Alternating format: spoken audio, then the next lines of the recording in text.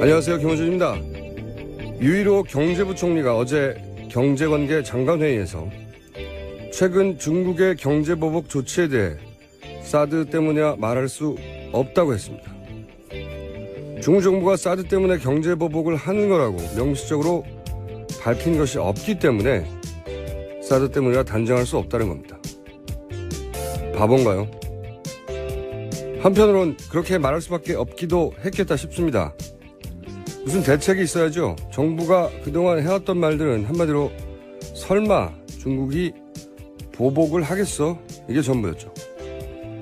그러니 보복에 대한 대응 시나리오도 없고 그렇게 아무 준비도 없었으니까 상황이 발생해도 할 수 있는 거라고는 그게 사드 때문이 아니라고 혼자 우기는 것밖에 없었던 거죠.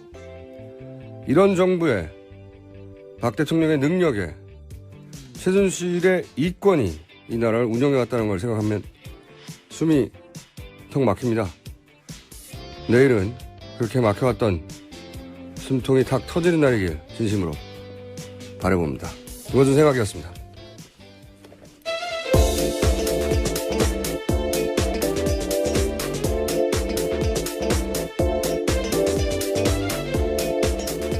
시사인의 김은지입니다. 네. 어제 이어 사드 얘기를 잠깐만 하면 저희가 몇 달 동안 탄핵 얘기만 했기 때문에 네, 최순실 씨 이야기요. 중국 경제 보복에 대해서 이제 정부 반응이 경제부총리가 그거 사드 때문이라고 할 수 없다고 말할 줄 누가 상상이나 했겠습니까? 저는 이것은 호연직이다 거의. 모두가 예스라고 할 때 혼자 노라고 하는 호방한 기상. 이런 말을 할 줄 몰랐어요. 이렇게 진짜로 말했단 말이죠. 그렇게 단정할 수가 없다. 저는 정부가 영무가 마땅하다고 생각하는 게 사드 관련해서 그동안 안 한다고 하다가 안 할 거라고 중국이 하다가 무역 보복을 하지 않는다고요. 실제로 이제 보복이 막 들어오고 뭐 롯데 같은 경우는 이제 20개가 넘었잖아요. 영업 정지가. 예, 중국에서요. 예. 처음엔 서너 개로 시작하더니 20개가 넘었어요. 근데 그래서 정부가 제일 먼저 얘기했던 대응이 뭐냐면 WTO 제소예요. 네. 예. 세계 무역기구. 이게 거짓말이거든요. 거짓말. 어떤 의미의 거짓말이냐면 어제 헌재가 인용하면 국제사법재판소로 가겠다고 했던 수준의 거짓말이에요. 그게 국제사법재판소는 국가 간 분쟁 다루는 데라서 헌재 판결하고 아무 상관이 없다고 받아주지 않는다고 했잖아요. WTO는 이 군사 안보 문제는 예외로 한다고 하고 있어요. 모든 경제조약이 그래요, 원래. 그러니까 WTO로 이 사드 문제를 풀 수 없는 겁니다. 원천적으로. 그러니까 중국이 내린 조치, 자체적으로 내린 조치잖아요. 그게, 우리 안보 때문에 그랬다고 하면 그걸로 끝이에요. FTA도 마찬가지로 경제조약들이 기본적으로 다 똑같아요. 이런 경제조약들은, 돈 문제잖아요. 돈 문제 이전에 이건 우리나라 군사 안보의 문제야. 그럼 예외 조항이에요, 다.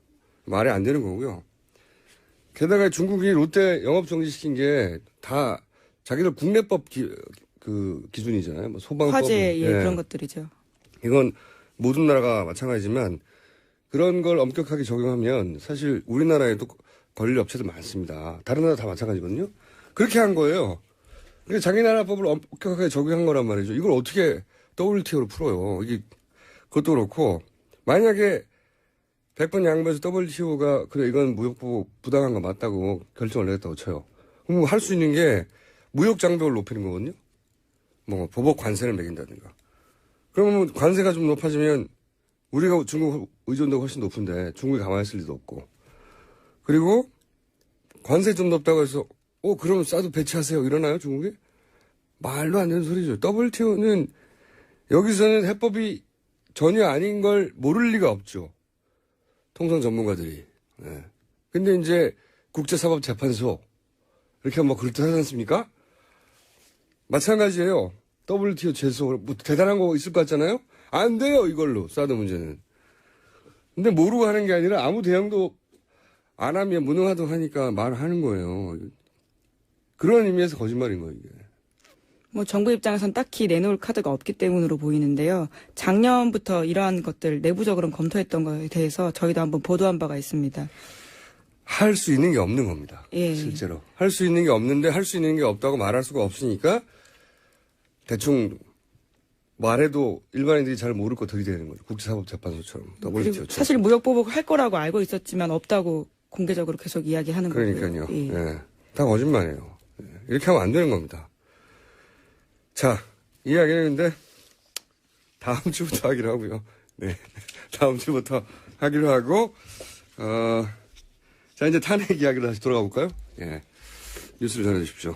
네, 내일 오전 11시 결정 납니다. 헌법재판소가 탄핵 심판 선고하기로 했거든요. 92일 만에 결론이 나오는 거죠. 예, 날짜가 정해졌다는 거는 사실은 결론이 났다는 거죠. 예, 왜냐면은 결정문 써야 되거든요. 네, 계속 결정문을 쓰고 있고 당일날 아마 정말 몇 대 몇인지를 한다고는 하지만요. 대략은 나왔다고 봐야 될 것 같습니다. 그렇죠. 그런 결과가 안 나오면 날짜를 정할 수가 없는 거예요. 예, 못 받기도 쉽지 않죠. 그러니까 이제 우리 이 8인을 알고 있는 겁니다. 이제 야, 얼마나 궁금해. 예. 이견이 있었나 봐요. 그렇죠? 예. 네, 계속 어제는, 평의가 그렇게 진행되고 있죠. 어제는 시간이 길었다고 하는 거 보니까 평의 시간이. 그땐 아마 대략의 결론이 나온 게 아닐까. 어떻게 예상하십니까? 세상 아무도 모르는 일이란데요. 8분을 제외하고는. 바람을 섞어서 이야기해보자면 전원이 한 의견을 내주지 않을까 생각하고 있습니다. 사실 너무 중대한 사안이라 소수 의견이 그 내부에서 없을 수 없겠지만 만장일치를 내는 게 맞다고 저도 생각을 해요. 8대 0이거나 어느 쪽으로든. 어느 쪽으로든요? 아니, 그러니까 기각이든 인용이든 예. 결국은 그렇게 의견을 서로 모으려고 했을 것이다. 예.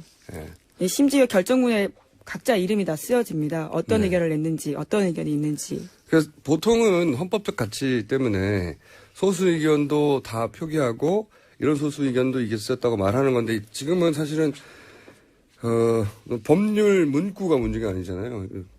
나라의 운명이 결정되는 상황이기 때문에 이견 차이를 좁혀서 어떻게든 한쪽 8대 0으로 어느 한쪽 결정이든 힘을 실리도록 그렇게 결론이 날 가능성이 높지 않을까 저는 생각이 드는데 특히 내일 생중계할 때 판결문 같은 걸 들어보신 적이 있는지 모르겠는데 만약에 이 판결문을 마지막에 얘기해요.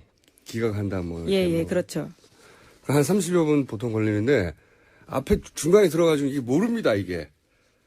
예를 들어서 앞부분에 예를 들면 이러한 사안은 위반이긴 하나 중대한 위반 사항이 아니다 이런 내용도 있을 수 있어요. 하며 이런 식으로 계속 네. 말이 바뀌죠. 결론은 제일 마지막에 이야기합니다. 이런 이야기 중간에 나온다고 심장이 덜컥하시지 않아도 됩니다. 심장은 결론을 마지막에 나고 그리고 오히려 대부분 예를 들어서 인용할 거면 앞부분에 인용 안 할 것 같은 뉘앙스 얘기가 많이 나와요. 예. 반드시 그런 건 아닌데 판결문들이 보통 만약에 구속될 거면 예를 들어서 이런 거는 법 위반 사항이 아니고 드등 하다가 그러나 예, 그럼에도 불구하고 그러나 다음에 나오는 예, 거거든요. 예. 거꾸로 앞부분에 인용될 것처럼 이런 건 법 위반 사항이 하다 보면 그럼에도 불구하고 뒤에 이제 기각이 나온. 내일 심장마비가 왔다 갔다 하실 분도 제법 있을 것 같아요. 예. 하지만 마지막까지 들어보셔야 된다. 네. 자, 내일 11시, 대략 한 11시 반쯤이면 이제 전 국민이 알게 되겠네요. 자, 다음 뉴스를 전해주십시오. 네, 동아일보에 이런 보도가 있는데요. 탄핵이 인용될 때 박 대통령은 서울 삼성동 사저를 매각하고요. 경기도 모초로 옮길 방침이다라는 이야기를 하고 있습니다. 네, 원래는 이제 내년 2월에 퇴임이니까 거기에 맞춰서 사저 계획을 잡았다가 만약에 인용되면 이제 바로 가야 되니까 네. 삼성동 사저는 안 된다. 재건축 수준으로 공사하지 않으면 경우가 힘들다라는 건데요. 그런데 바로 옮길 수가 없는 상황인가 봅니다. 그래서 그 중간에 뜨는 시간에는요. 종교시설의 임시거처를 마련하는 방안을 검토하고 있다. 이렇게 새 사저를 마련해도 거기 경비시설인가 그런 걸 해야 하니까 그 중간에 뜨는 시간은 종교시설에, 이건 노조위원장이 경찰 구속이 부당하다고 해서, 네네. 피신할 때 쓰는 방식인데. 예, 실제로 그랬죠. 민주노총 위원장이 조계사에 들어가 있었고요. 또 명동 성당도 많이 가고요. 네, 전통적으로 이제, 경찰이 안 들어가죠. 종교시설에 들어가죠. 노리신 건가요? 네. 어쨌든, 굉장히 의외의 이야기는 종교시설에 이미지거처를 마련하겠다. 만약 인용의 경우에. 그런 뉴스가 나왔고요. 자, 네. 다음 뉴스는요. 또 어제 헌법재판소 앞에서요. 경찰관 2명을 폭행한 혐의로 한기국 사무총장 민모 씨가 현행범으로 체포됐습니다. 뿐만 아니라 3.1절 탄핵반대 집회에서도요. 가스총 가지고 참가했던 50대 남성 강모 씨가 입건됐습니다. 이런 뉴스 지금 나오면 뭐합니까? 내일이 결정나는 날인데 이제야 이런 뉴스가 나오네요. 네. 박영수 특검 집 앞에서의 시위에 관해서는요. 네, 너무 늦다 어제 그런 이야기 드렸었는데요. 이제서야 법원이 시위를 금지시켰습니다. 내일 끝나요. 네, 어제 금지시켰어요? 네, 가처분 신청은 정말 빨리 할수록 그 청구에 이익이 있는 건데요. 네. 26일 날 신청했거든요. 그런데 어제서야 나온 거죠. 야, 말이 안 되네요. 이제 탄핵 심판이 내일인데 어제 나오면 뭐예요? 예. 이 과거의 사례를 보면 옥상에서 박근혜 대통령 비판하는 전단지 뿌려도 네, 이하 작가 말씀하시는 거죠. 또는 세월호 배지도 뺏었어요. 배지를 뭐 어떻게 합니까? 그걸로? 근데 이제 그것도 뺐고, 그 다음에 집회를 주도했다고 구속을 시키거나, 백남기 씨 물대포 맞아서 돌아가셨잖아요. 근데 이제 왜 방맹해가지고 그 앞에서 휘두르는데도 아무런 조치를 안 하냐고 언론이 한 일주일 이상 떠들었죠. 예. 네, 심지어 화형식도 했었습니다. 얼굴 새겨진 현수막 불질렀거든요. 그래서 박영수 특검의 부인이 혼절했다는 거 아닙니까? 예, 예. 그 앞에서 하도 협박을 하니까 살해 협박을 하고 모가지를 딴다니 참. 그 앞에서 자기 살던 집 앞에서 다 몰려와가지고. 그런데 이제 이 신청을 어제 받아들였다는 거고, 그리고 어제야 누군가 한 사람 체포했다 나오고, 어제 한 사람 입건해도 이게 말이 안 돼요. 나쁜 공권력입니다, 정말. 자, 다음 뉴스는요? 네, 특검이 이병기 전 국정원장한테서 국정원이 보수단체에 지원금을 댔다라는 진술을 확보했다라는 한겨레 신문 보도입니다. 국정원장이? 예. 전임 국정원장인데요. 실토한 거죠. 블랙리스트 관련해서? 뭐 일종의 화이트리스트라고 볼 수 있을 것 같은데요. 보수단체에 지원금 댔다라고 하는 거니까요. 특검이 이제 이병기 전 국정원장, 전 비서실장이기도 하죠. 예, 그렇습니다. 국정원장 하다가 비서실장 가는 경우가 어디 있습니까? 말도 안 되는. 국정 운영 방식이 그랬던 거예요. 네, 네. 김기춘 실장 바로 다음에 비서실장을 했습니다. 김기춘 비서실장도 국정원의 전신, 그렇죠. 중정 출신이고, 예. 그 다음 비서실장도 국정원장을 직전했던 사람. 그만큼 이제 국정 운영의 방식이 그랬던 거죠. 국정원을 장악하고 국정원을 통해서 국가를 운영하라고 했던 거죠. 그게 명백히 드러나는 거고. 더군다나 이병기 전 국정원장이나 전 비서실장은 사실은 다시 정치를 하면 안 되는 사람이에요. 이분은 과거 이력이 화려해요. 총 쏴달라고 했던 총풍. 네, 1997년에 있었던 일이죠. 네, 그때 이분이 실무 책임자였거든요. 그런 일이 있었어요. 네, 북한에다 돈 주고 총 좀 쏴달라고. 네. 그래야 이해창 후보한테 유리하다고. 실제 그런 일이 있었고, 생각해보면 참 업처구니 없는데, 맨날 그때 당시 상대가 김대중 전 대통령 후보였지 않습니까? 97년이었으니까. 김대중 후보를 빨갱이라고 해놓고 자기들은 거래하고 있었던 거예요. 야. 그리고 그 이후에 또 그 다음 선거 때, 다음 선거 때 이해창 후보가 나왔던, 그때는 이분이 또 차태기 아시는지 모르겠는데, 돈을 사과 박스에 넣어서 차 트렁크에 들고 간 게 아니라 트럭째로 그냥 차떼기로 했다라고. 예. 그랬던 사건에 두 사건 모두의 실무 책임자였어요. 예. 이러면 안 되는 거죠. 다시 등장하면. 근데 대통령의 비서실장으로 그리고 국가정보원장으로 복귀했던 이 정권 하에서 그분이 이제 특검에서 보수단체 국가정보원이 돈을 댔다. 국정원이. 예. 이건 국정원이 이런 걸 인정한 건 처음이에요. 네, 좀 더 구체적인 진술을 보시면요.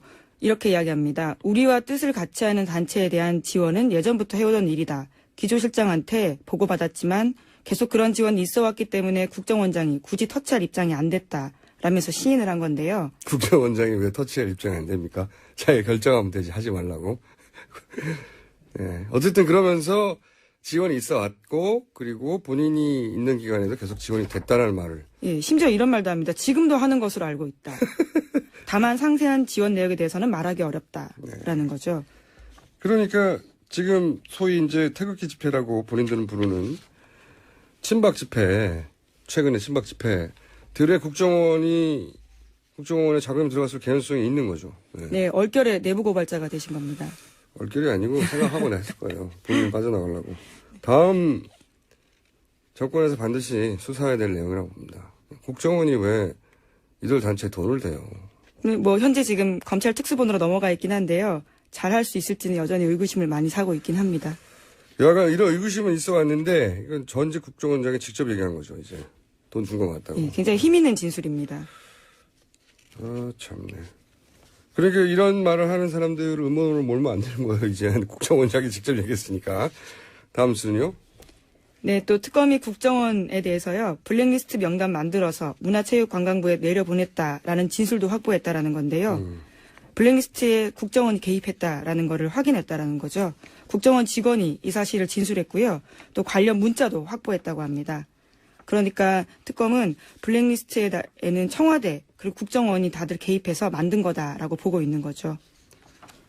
그러니까 국가 운영을 그렇게 한 겁니다. 국정원을 장악하고 국정원을 통해서 국가를 운영한 거예요. 에이, 참 말도 안 되는. 다음 수는요? 예, 또 국정원인데요. 갑자기 탄핵 심판 전날 국정원 뉴스가 많네요. 네, 다 한겨레 보도이긴 합니다. 문화 관련 공공기관 인사에도 관여했다라는 진술이 나왔다는 건데요. 2년에 한 번씩 새로 뽑는 한국출판문화산업진흥원 이사 후보의 성향을 직접 조사했다라는 겁니다. 그 사람들 일일이 만나서요. 학생운동 전력 묻고 이번에는 이사되기 어렵다. 청와대에서 후보 2년 분명히 하라고 지시했다. 이런 이야기를 국정원 직원이 일반인 공공기관 인사에게 이야기를 한 거죠. 출판진흥원하고 학생운동하고 무슨 상관이 있다고. 하여튼 그렇게 앞으로 더 많이 드러나겠죠. 아마도. 만약에 탄핵이 인용되고 다음 정권이 들었으면 더 많은 게 드러나겠죠. 나라 전체를 국정원 방식으로 운영한 거예요. 예. 나라 전체를. 그러니까 비서실장으로 국정원장 하고 바로 왔죠. 예. 네, 바로 왔습니다. 그 당시 그래서 인사청문회 때도요. 굉장히 논란이 많았습니다. 말도 안 되는 거예요. 예. CIA 있다가 갑자기 대통령 비서실장 된다는 게 말이 돼요? 말도 안 되는 거거든요. 상상할 수도 없는 거예요. 근데 여기서는 그러면 너무 자연스럽게 그렇게 해왔습니다. 자, 다음 수는요? 네, 특검이 최경희 전 총장이 최순실 씨를 총장 공간에 초대해서 저녁 대접을 하고 학교 구경을 시켜줬다라는 사실을 확인했다라는 TV조선 보도입니다. 지난 사이였네요. 네. 네, 계속 부인하고 있죠. 예, 그리고요. 네, 게다가 최순실 씨가요, 지난해 4월에는 직접 유철균 교수, 우리한테 알려지기로는 이인아라는 필명이죠. 네. 그 교수 찾아가서 유라가 독일에서 인터넷이 안 되니까 강의와 과제를 면제해달라 이렇게 요구한 바도 있다고 합니다. 아니, 학생이 출석도 안 하고 강의도 면제받고 과제도 면제받으면 뭐 합니까? 이제 남은 게 뭐예요? 점수만 달라는 거죠. 예. 역시 호연직이네요. 네. 아무도 생각할 수 없는 거 아닙니까? 학생인데 출석은 또 안 하고 강의도 안 하고 과제도 안 하고. 네. 심지어 교수를 직접 찾아갔다라는 것도 놀랍고요. 뭐 네. 최순실 씨이긴 하지만 호방한 기상인 예. 거죠. 네. 그리고 독일이 왜 인터넷이 안 돼요? 말이 되는 소리를 해야죠. 루안다 내전 때문에 안 된다 이런 것도 아니고 독일이 인터넷이 안 돼서 호방합니다. 네. 그런데 그렇게 해줬다는 거 아닙니까? 실제로. 그렇죠. 단 한 번도 출석하지 않고 1년 넘게 재학했습니다. 제목 하나 정도 더 읽을 수 있습니다. 네, 특검이 최태민 씨 일가 부정축제 관련해서요. 이번에 확인한 재산만 2,730억 원이라고 하는데요. 특검은 시간이 부족해서 모두 다 확인하지 못했고 검찰로 일을 넘겼습니다. 저도 이번 수사 결과 중에 가장 아쉬운 대목인데 그 최태민 씨의 친아들이자 최순실의 이복 오빠 최재석 씨도 그리고 어제 저희 출연했었는데 이제 최태민 씨 부인 임선희 씨의 친아들. 여기 좀 가게도 복잡하잖아요. 첫 번째 결혼해서 낳은 최태민 의붓아들이죠. 조순지 씨의 장남 조용래 씨도 그러니까 북의 라인 가족의 증언, 목의 라인 가족 증언 둘 다 일관되게 최순실 일가는 재산이 없었다. 예? 재산이 없었고 박정희 뭉칫돈이 1차로 최태민에게 넘어갔고 그리고 최태민 사망과 함께 그 돈들이 다시 최순실에게 넘어갔고 네. 그 이전에는 전혀 재산이 없었고 이 재산은 그러니까 첫 출발이 박정희의 뭉칫돈이었던 겁니다. 근데 이 돈은 박정희 전 대통령의 공과하고는 별개로 그 돈은 자기 돈이 아니거든요. 네. 그렇죠. 그 돈은 자기가 일을 해서 번 돈이 아니에요. 예, 지금 따지면 1,000억 단위, 2,000억 단위 된다는 돈은. 그 돈은 개인 돈이 아니기 때문에, 그리고 그 돈에서 이 모든 게 출발한 거잖아요. 이건 반드시 환수해야 된다. 몇 년이 걸리더라도. 특별법을 만들어서라도, 정권을 넘어서라도, 반드시 다 환수해야 사실은 이 모든 일들이 마무리된다고 봅니다. 네, 물론 최순실 씨는 유치원 사업에서 번 돈이라고 계속 주장을 하고 유치원 있습니다. 사업에서 몇 천억을 어떻게 봅니까? 말이 안 되는 소리죠. 자, 오늘 여기까지 하겠습니다. 시사인의